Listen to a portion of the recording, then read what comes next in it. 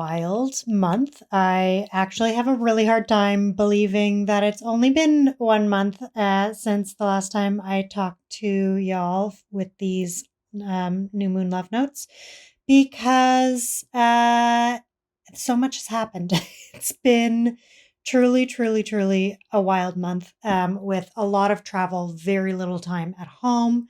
A lot of things got made, a lot of things got planned, a lot of things fell by the wayside, and I am behind on a bajillion things. So I guess we'll just kind of dive right into it. But the general overview is that Sanctuary came back from the book publisher right after I got back from a 2 week residency. And right before I flew to Quebec to go to Twist Festival. And somewhere in there, I managed to binge sew a queen sized quilt in 4.5 days. And I also hand stitched another quilt and I knit a bajillion things. And I've been harvesting plants and turning them into pigments and have been on planes and planning out content for the rest of the year and reevaluating everything that I'm doing and questioning everything that I'm doing. The weather has gone from stupidly hot to freezing cold. I feel like I've worn everything from very little clothing, as you can see here, where I'm wearing a nurture bralette and a skirt that is gigantic and has a lot of nice airflow to it when I'm not sitting on it, to like a wool sweater over top of multiple other layers and wishing that I had on a pair of hand shoes because I was so cold. Um, so it's been really, really cold and really, really hot and everything in between. And I feel like that's kind of um, a good reference for my whole life lately. So we're gonna just kind of dive right into it. And so yeah, let's get into it.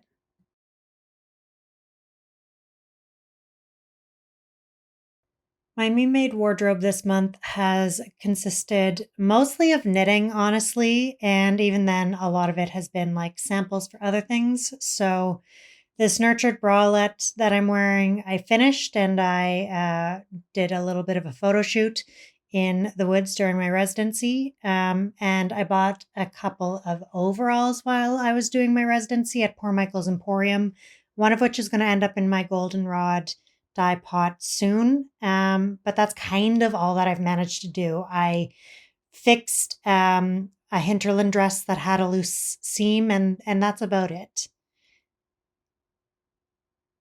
And that's because I've had so much on my needles. So this month I ended up knitting a whole bunch of things and I finished off my wolf's teeth cardigan, which is the new pattern that I am releasing with Hinterland.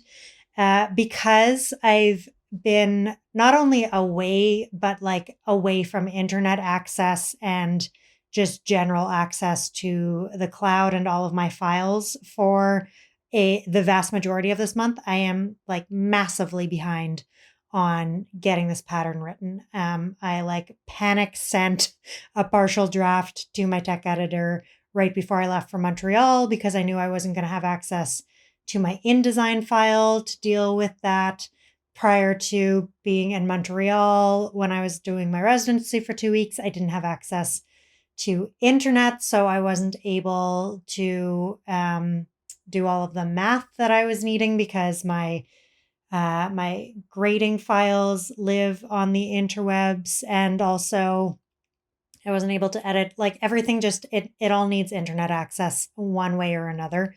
There's very little that I can do with offline access. So considering 3 of 4 weeks this month, I ended up without internet and or the computers with the files that I needed.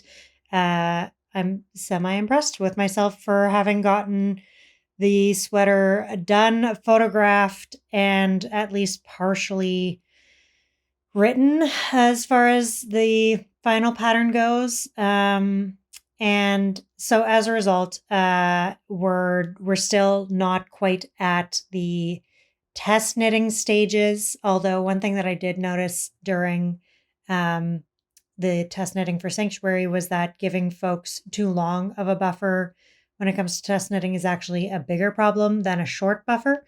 So we'll see. I'm quite happy with the pattern, and now I just need to make sure that the grading works across all of the sizes that it goes through.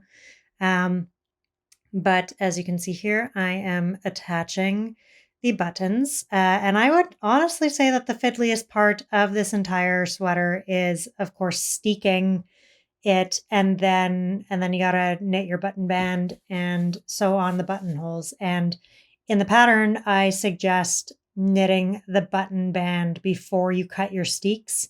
In reality, I did not do that. In reality, I cut my steeks and then I put my button band into place. And that was a pain in the ass. So don't necessarily recommend that. Do as I say, not as I do. Um, but I'm overall really happy with the sweater. And I've gotten some lovely compliments on it as I've been wearing it. And the goal is to have it available when we are at Knit City next month, come hell or high water. But yeah, the many things that I have fallen behind on in the last month have definitely included pattern edits. And so we'll see. But Wolf's Teeth is done. And as you can see from the photo, it turned out really, really nice. And I'm really excited for everyone to see the pattern photos and the brand photo shoot overall that I ended up doing with it as a key thing. One of the other things that's been on my needles has been this new shawl pattern that'll be coming out with the Advent calendar. And I also knit another cardamom cushion, this time with Black Knight Scabiosa dyed yarn. You can find the pattern in Sanctuary, but it's going to be a part of my installation that's coming up. And then the other thing that I ended up knitting was another pair of Wanderer hand shoes. And that was because I ended up with extra time when I had a multi machine breakdown during my residency and wasn't able to sew. So it was a quick, easy knit. With my dye pots, I've been playing a lot with making some lake pigments with the leftovers of my dye baths.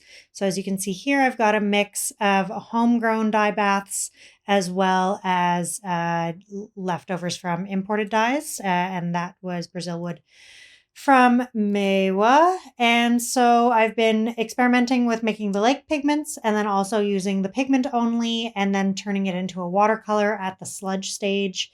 And I'm just completely enthralled with the whole thing.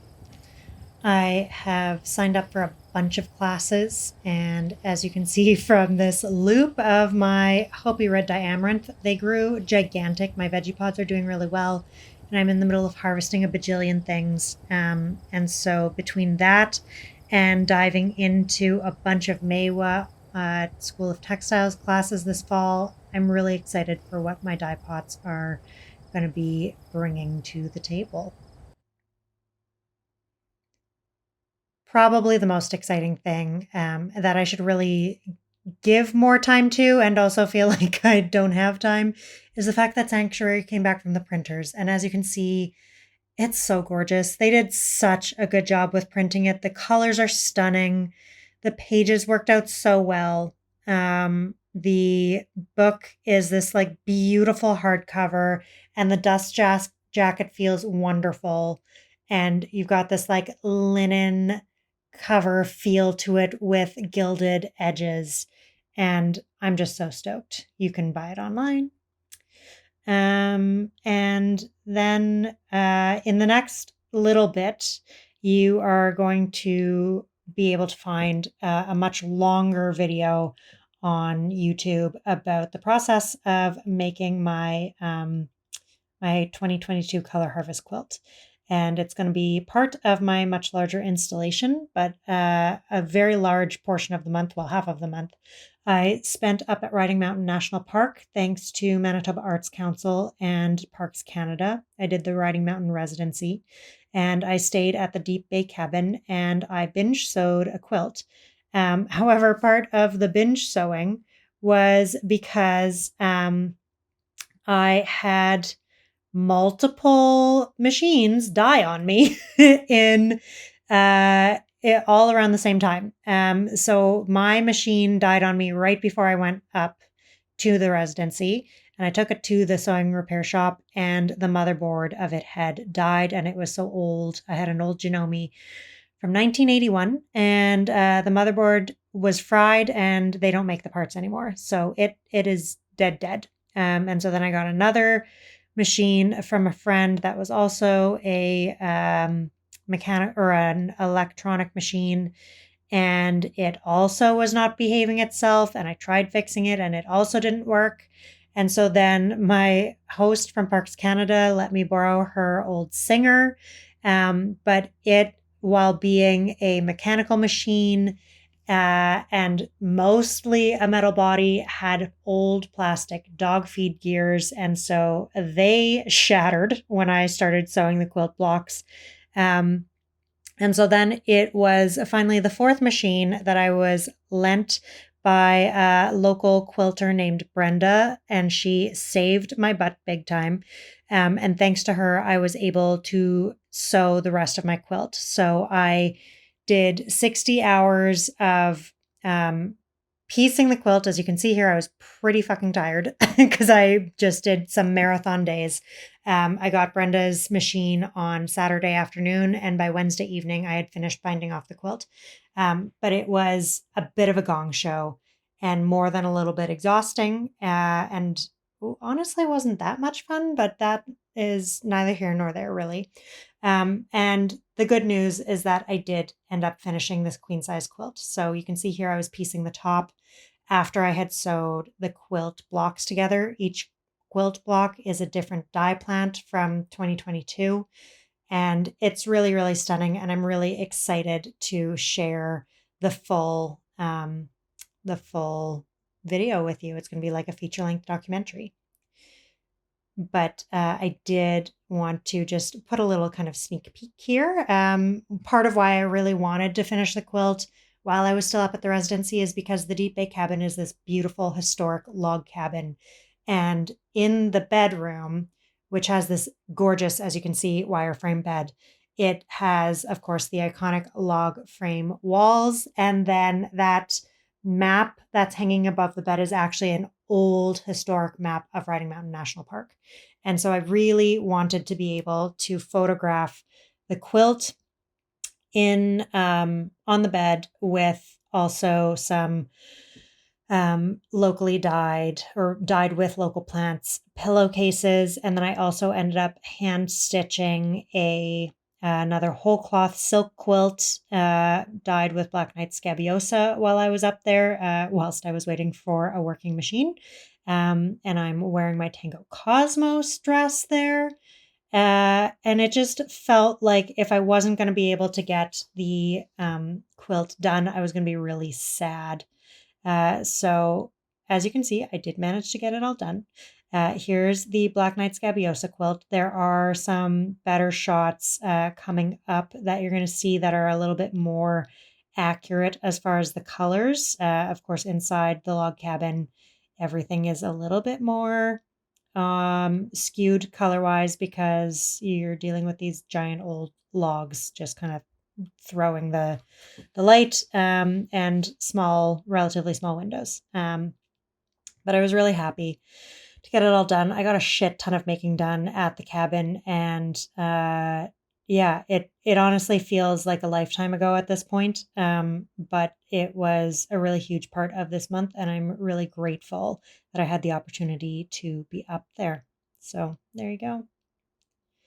And then I went to Montreal, and then I went to Saint Andre Evelyn in Quebec, and I was at Twist Festival, and that kicked off the festival season. So this upcoming month, we have Manitoba Fiber Festival, and then I'll be going to Vancouver for Knit City Vancouver. And yeah, this is a time of year where there's a shit ton going on, and I have very little time to play catch up or stay on top of anything, including things like my website overhaul and the patterns that are coming up and all of the dyeing that I need to be doing and prepping for a bajillion other things. But it is nice to kind of get out of my regular routine and get a fresh perspective on things and connect with other people and talk to folks about how things are going on their end and what they're experiencing. So yeah, kind of like a balancing act that I'm working on at this point.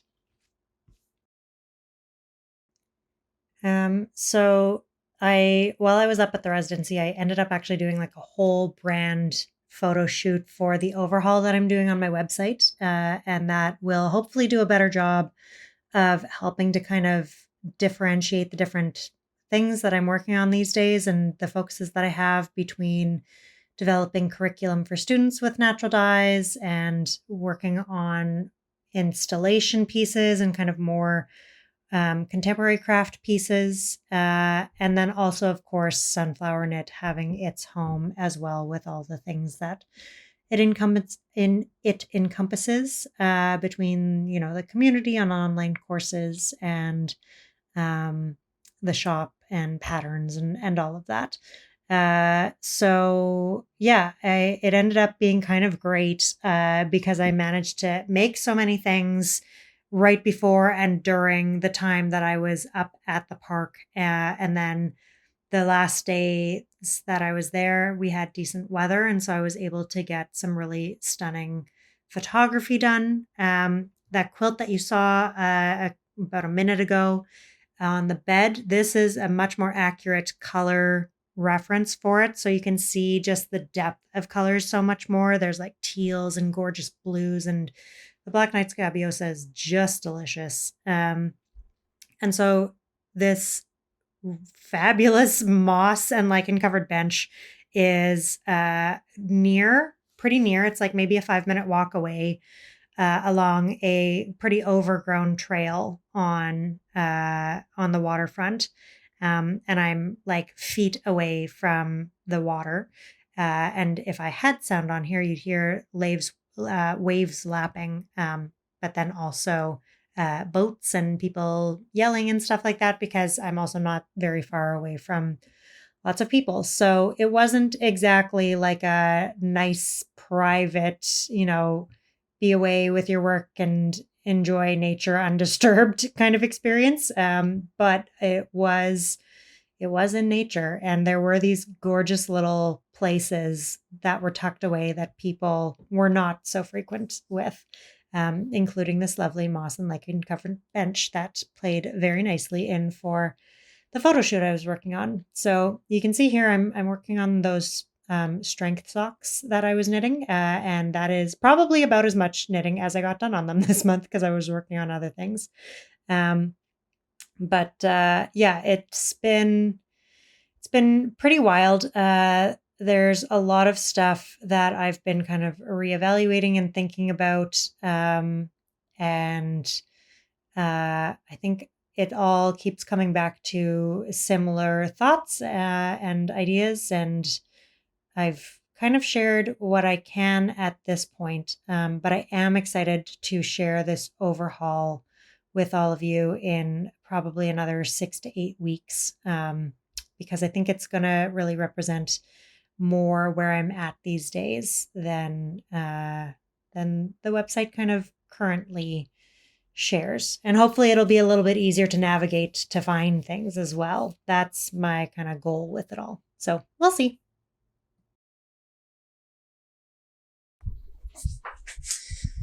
So this month I managed to actually get quite a bit of stuff done for the teeny tiny coven, and that is because next month is, or I guess this yeah, almost next month, is Manitoba Fiber Fest, and I'm going to have a little display of my installation. And so this diorama version that I'm making for the display, it's going to be like a really mini-sized, truly mini-sized version of my installation. So I have a little bit of time left, but I did manage to get the vast majority done that I needed. And then next month I should have the full diorama to show you.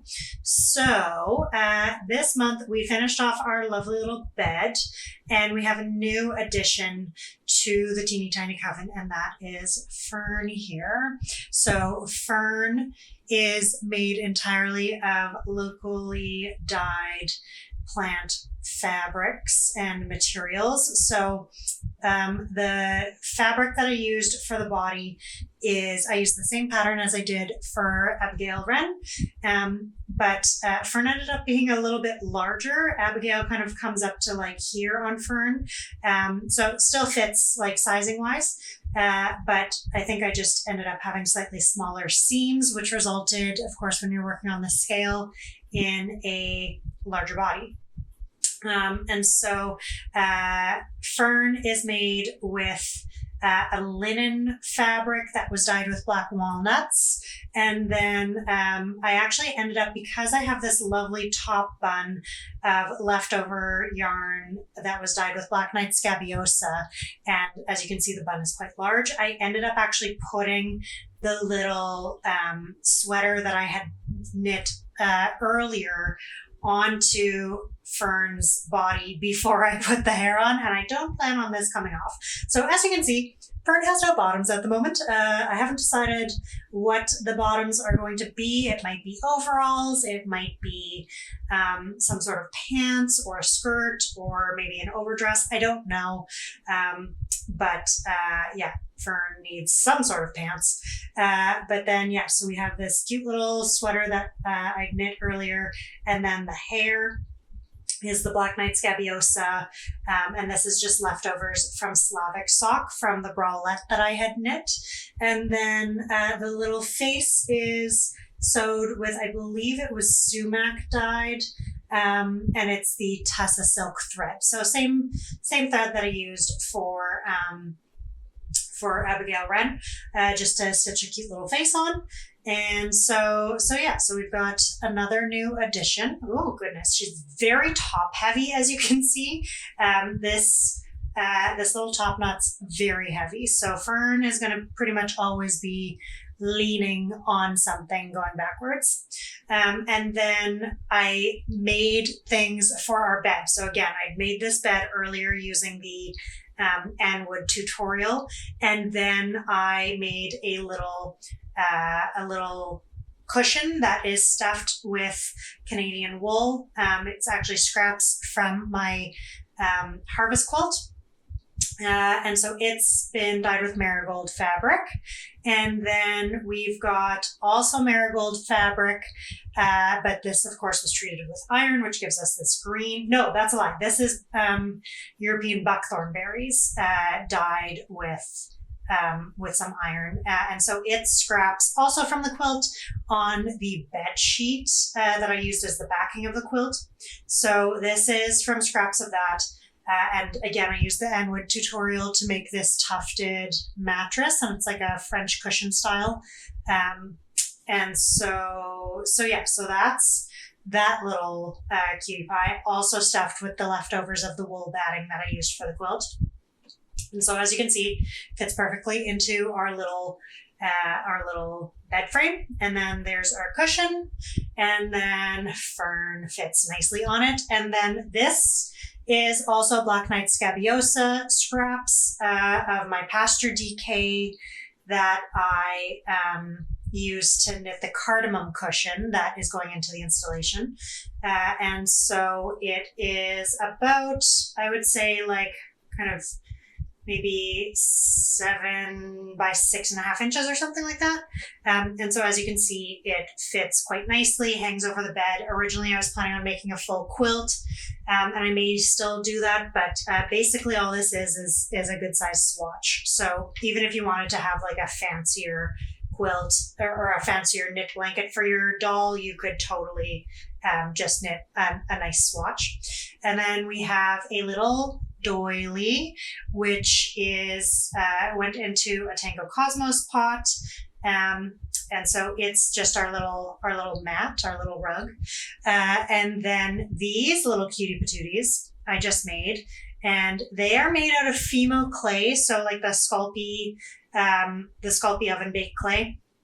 And I made little baskets and pots. And so this one, the way that I made the kind of like braid texture was literally just by twisting the Fimo, like rolling it into a little log, giving it a twist, and then attaching it, and then they got baked. And so this little basket has some dried yarrow in it.